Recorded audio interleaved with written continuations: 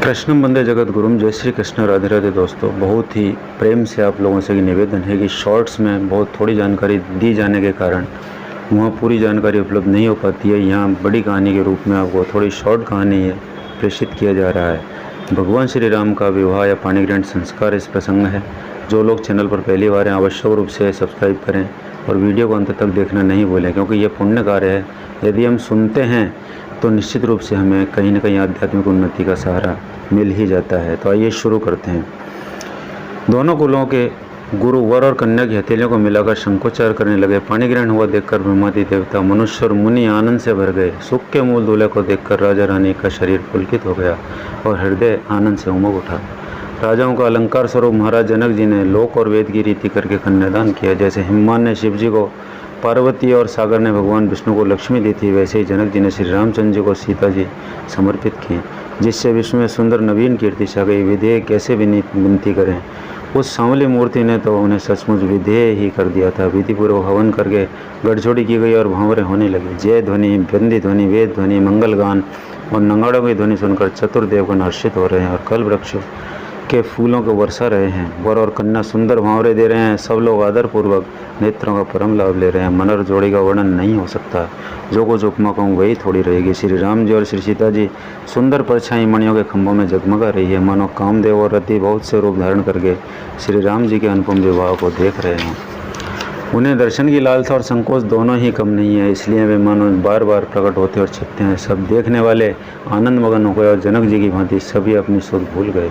मुनियों ने आनंद पूर्वक भांवरे फिराई और नेक सहित सब रीतियों को पूरा किया। श्री रामचंद्र जी सीता जी के सिर में सिंदूर दे रहे हैं। यह शोभा किसी भी प्रकार नहीं कही जा सकती। मानो कमल को लाल पराग से अच्छी तरह भरकर अमृत के लोभ से सांप चंद्रमा को भूषित कर रहा है। फिर वशिष्ठ जी ने आज्ञा दी। अब तब दूल्हे और दुल्हन एक आसन पर बैठ गए। श्री राम जी और जनक जी श्रेष्ठ आसन पर बैठे। उन्हें देखकर दशरथ जी मन में बहुत ही आनंदित हुए। अपने सुकृत रूपी कल्प वृक्ष में नए फल देखकर उनका शरीर बार बार पुलकित हो रहा है। 14 भुवनों में उत्साह भर गया। सबने कहा श्री रामचंद्र जी का विवाह हो गया।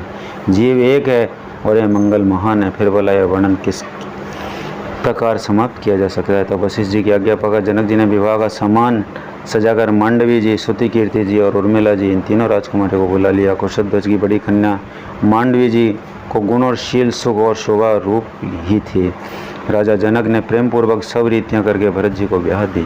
जानकी जी की छोटी बहन उर्मिला को सब सुंदरियों में शिरोमणि जानकर उस कन्या को सब प्रकार से सम्मान करके लक्ष्मण जी को ब्याह दिया। और जिनका नाम श्रुति कीर्ति है और जो सुंदर नेत्रों वाले, सुंदर मुख वाले, सब गुणों की खान और रूप तथा शील में उजागर है, उनको राजा ने शत्रुघ्न को ब्याह दिया। दूल्हे और दुल्हन ने परस्पर अपने अपने अनुरूप जोड़ी को देखकर सकुचते हुए हृदय में हर्षित हो रही हैं।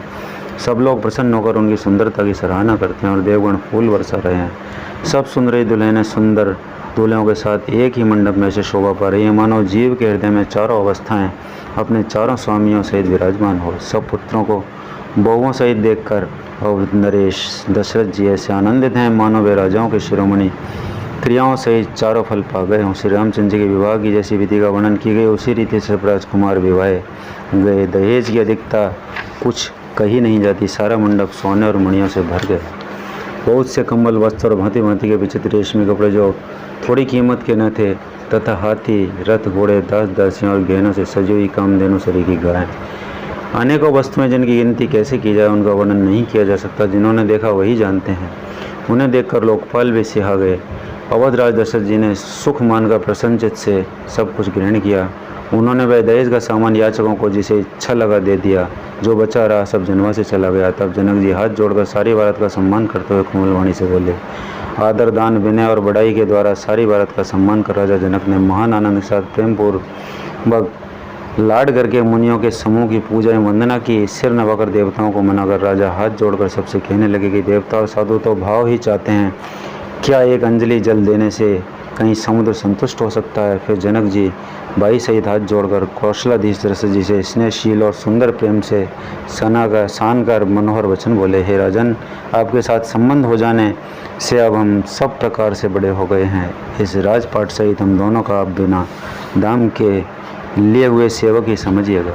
इन लड़कियों को टहलनी मानकर नई नई दया करके पालन कीजिएगा। मैंने बड़ी ढिड़ाई की कि आपको यहाँ बुला भेजा, अपराध क्षमा कीजिए। फिर सूर्यकुल के भूषण दशरथ जी ने समझी जनक जी को सम्मान निधि कर दिया। उनकी परस्पर की विनय कहीं नहीं जाती। दोनों के हृदय प्रेम से परिपूर्ण हो गए। देवतागण फूल बरसा रहे हैं। राजा जनवासे को चले। नगाड़े की ध्वनि, जय ध्वनि और वेद ध्वनि हो रही है। आशा और नगर दोनों में खूब कौतूहल हो रहा है। तब मुनीश्वर की आज्ञा पाकर सुंदरी सखियाँ मंगलगान करते हुए दुल्हनों से दूल्हे को लेवाकर कोहबर को चली गईं।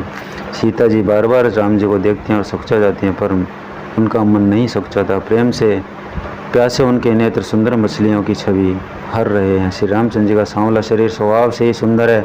उनकी सेवा करोड़ों कामदेवों को लजाने वाली है। महावर से युक्त चरण कमल बड़े सुहावने लगते हैं, जिन पर मुनियों के मन रूपी भौरे सदा छाए रहते हैं। पवित्र और मनोहर पीली धोती प्रातःकाल के सूर्य और बिजली की ज्योति से हरे लेती है। कमर में सुंदर किंकणी और कटी सूत्र है। विशाल भुजाओं में सुंदर आभूषण सुशोभित हैं। पीला जनेऊ महान शोभा दे रहा है। हाथ की अंगूठी चित्त को चुरा लेती है। ब्याह के सब साज सजे हुए वे शोभा पा रहे हैं। चौड़ी छाती पर हृदय पर पहनने के सुंदर आभूषण सुशोभित हैं। पीला दुपट्टा कांका सोती शोभित है, जिसके दोनों छोरों पर मणि और मोती लगे हैं। कमल के सुंदर समान सुंदर नेत्र हैं। कानों में सुंदर कुंडल हैं और मुख तो सारी सुंदरता की खजाना है।